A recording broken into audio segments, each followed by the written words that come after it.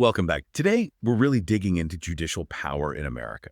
We're looking closely at the strategy, the ambition, the whole institutional battleground laid out in Jackie Collins' book, Dissent, the radicalization of the Republican Party and its capture of the courts. Collins makes the case that Brett Kavanaugh getting onto the Supreme Court, locking in that conservative majority, it's not just his personal story. It's really the end point, or maybe a climax, of a much bigger political narrative stretching back, 4 decades, about capturing institutions. That's absolutely the core idea for you to hold on to. The book positions Kavanaugh as, well, more than just a smart lawyer who made it. He embodies this long-term shift in the Republican Party, moving further right and at the same time running this parallel campaign to really strategically dominate the courts.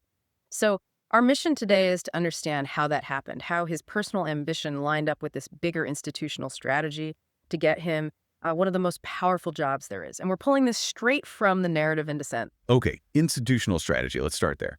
The book talks a lot about the infrastructure behind this judicial project. The Federalist Society comes up immediately. It wasn't just some, college club, was it? It sounds like a real engine, a network designed to find, nurture, and then push forward these specific ideologically conservative figures. Exactly. And what's really key here is how the society shifted the whole landscape ideologically. Yeah. Sure, early on, members got good jobs in Washington, prestigious jobs, but Collins shows how it grew, how it became this crucial vetting machine. By the time George W. Bush was president, being part of the Federalist Society, or at least getting their nod, it had become, you could argue, the absolute most important factor in vetting potential federal judges. Wait, hang on. The single most important, that's a huge amount of influence. How did they actually manage that? To kind of take over that gatekeeping role from, the usual political players? Well, they built the pipeline. Simple as that, really. They created the intellectual framework first. Then they built the list of people. If you wanted to be a judge on the right, you pretty much had to be involved with them. And Kavanaugh, well, he got the memo early. He was ambitious. The book notes, he joined the society back when it was just starting at Yale Law. He saw it not just as agreeing with the ideas, but as an important box to check for his career path. Got it. So the Federalist Society built the machine, but what created the need, the political drive for that machine?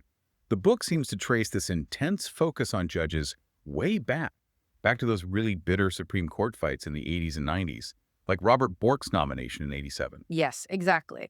Combs uses this really sharp analogy. She says the Bork defeat became, for conservatives, like the killing that ignites a gang war, provoking retaliatory hits. It wasn't just losing the seat. It was the moment they realized, okay, these ideological fights need raw political power now.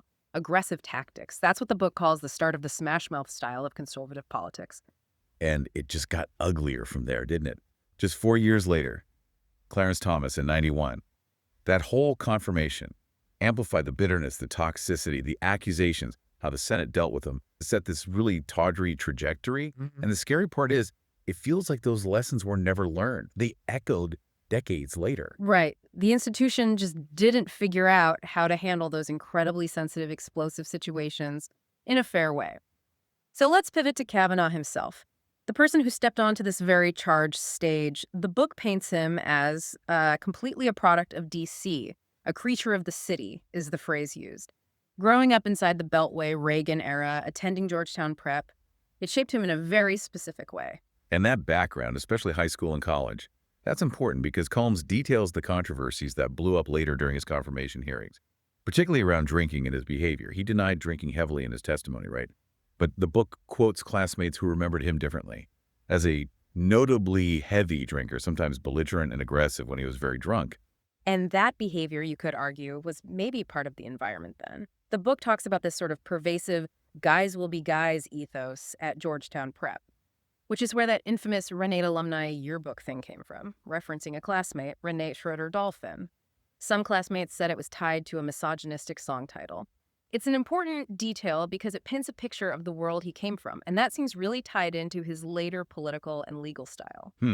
Okay, so this raises a key question then. Yeah. How did these experiences, this very partisan upbringing almost, shape his approach to his career, his willingness to jump into these political battles? Well, the book suggests he consistently made calculated risks. He chose the partisan path over maybe safer, more traditional legal career moves. Like when he ignored advice and went back to work for Ken Starr on the Clinton investigation, that was a huge gamble. He bet, and bet correctly it turns out, that being right in the middle of the biggest partisan fight of the decade would actually burnish his career, as Combs puts it. That was his real entry into that world. Wow, yeah, that's a massive bet for a young lawyer.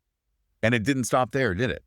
That taste for the political fight continued. Absolutely. The book highlights his involvement in major GOP legal battles, the fight over Elian Gonzalez in 2000, and of course, being on the legal team for the Republicans in Bush v. Gore. That's about as high-stakes partisan legal fighting as you can get. Exactly. So by the time Trump nominated him, his partisan credentials weren't just known. They were, battle-hardened. He'd been in the trenches. Fast forward then, almost 2 decades later. A Supreme Court seat opens up under Trump, and the Republican Party itself had shifted dramatically by then. Right. You had the Tea Party rise, then Trump's takeover. It had really shaken up the old conservative establishment, replaced a lot of orthodoxies with, more focus on personality and wielding power. And this intense political moment lines up perfectly with the culmination of this long-term judicial project.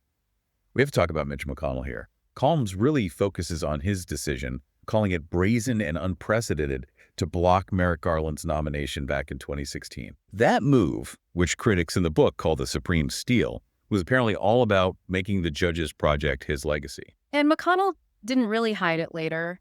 He admitted Garland was, quote, obviously a well-qualified nominee. But he said the block wasn't about Garland himself. It was about who would make the nomination. Full stop. Oof. The book argues that just set this incredibly hostile new precedent, that a Supreme Court seat could just be held open like a political chip purely for strategic party game. Forget institutional norms. Yeah, so you can just imagine the atmosphere when Kavanaugh gets nominated in 2018. It was already incredibly polarized, toxic even. Democrats were deeply worried he'd overturn major precedents. Roe v. Wade, the Affordable Care Act, especially since he was replacing Justice Kennedy, the swing vote. The stakes felt enormous. Yeah, and the confirmation process just imploded almost immediately into the crisis the book lays out. Absolutely. The core of that crisis became the allegations from Christine Blasey Ford and Deborah Ramirez. And the book is pretty blunt in its assessment here. It says the Senate as an institution just showed itself completely unable to handle accusations of sexual misconduct fairly. Senators were basically forced to react, but only after things leaked to the press. It wasn't proactive, it wasn't investigative, it was purely reactive. And the response from the other side, from the White House, from Kavanaugh himself, it wasn't about finding facts, was it? No, it was immediate political combat. Trump framed it instantly as a hoax, a campaign of political and personal destruction, pure counterattack. And Kavanaugh himself, in that fiery hearing testimony, he echoed that language. He accused Democrats of seeking revenge on behalf of the Clintons because of his work back in the 90s. So very partisan. And then there was the FBI investigation that was supposed to clear things up. Supposed to, yes. But Combs documents how it was fundamentally flawed, and deliberately so, it seems. Republicans agreed to it, mainly to give cover to moderate senators like Flake and Collins, who were on the fence. But they made sure, critically, that it was not a real criminal investigation. It wasn't designed to uncover all the facts. How did they limit it like that? Give us some detail on that. Well, the book reports that dozens of potential witnesses, people who might have had relevant information, they were just never contacted. This includes people like Kavanaugh's own college suite mates, Kenneth Appold, for example, who apparently had information about his drinking, or could corroborate parts of Ramirez's story. They just weren't interviewed. Nope, not contacted. Which, according to the source material, really points to a political effort to manage the situation, control the optics, minimize the risk, rather than a genuine attempt to find out what happened. It's a pretty damning conclusion in the book. Yeah, it is. So stepping back from the heat of that confirmation, what's the lasting effect? The book seems to argue it revealed something deep about our politics. Definitely. It showed how politicized everything had become, even reality itself. You had two sides looking at the same events, the same accusations, even the same flawed investigation, through completely different lenses. Opposite prisms, as the book puts it. Right. And it underlined that the Senate, as an institution, just couldn't get past the raw partisan toxicity that now seems baked into these judicial appointments. So when Combs wraps it up, what does she point to as the key factors for why Kavanaugh was confirmed, despite everything? Well, high on the list, she suggests, was simply the nature of Washington in polarized, politically tribal times. That, plus a unified Republican Senate majority that was laser-focused on firing up conservative voters for the upcoming midterms. In the end, it was a political win achieved through decades of strategic planning and institutional focus. a strategy Kavanaugh himself, remember, signed on to way back at Yale with the Federalist Society. Okay, so we'll leave you with a final thought to chew on, something stemming directly from the consequences Combs explores in Dissent. What does it actually mean for the Supreme Court's legitimacy when a huge chunk of the country sees a confirmation as purely political warfare, and when the judicial philosophy that results seems, to many, to prioritize political wins over the stability and standing of the institution itself? Yeah, that's a heavy question. And the book points out that this is the exact tension Chief Justice John Roberts seems to be navigating right now. He often appears to be prioritizing the court's legitimacy, trying to keep it seen as above politics, sometimes even siding against purely conservative outcomes. Which sets him apart, interestingly, from Justice Kavanaugh, whose path to the court, as this book argues, was tied so directly to that political project from the start. Something to think about next time you read a Supreme Court decision.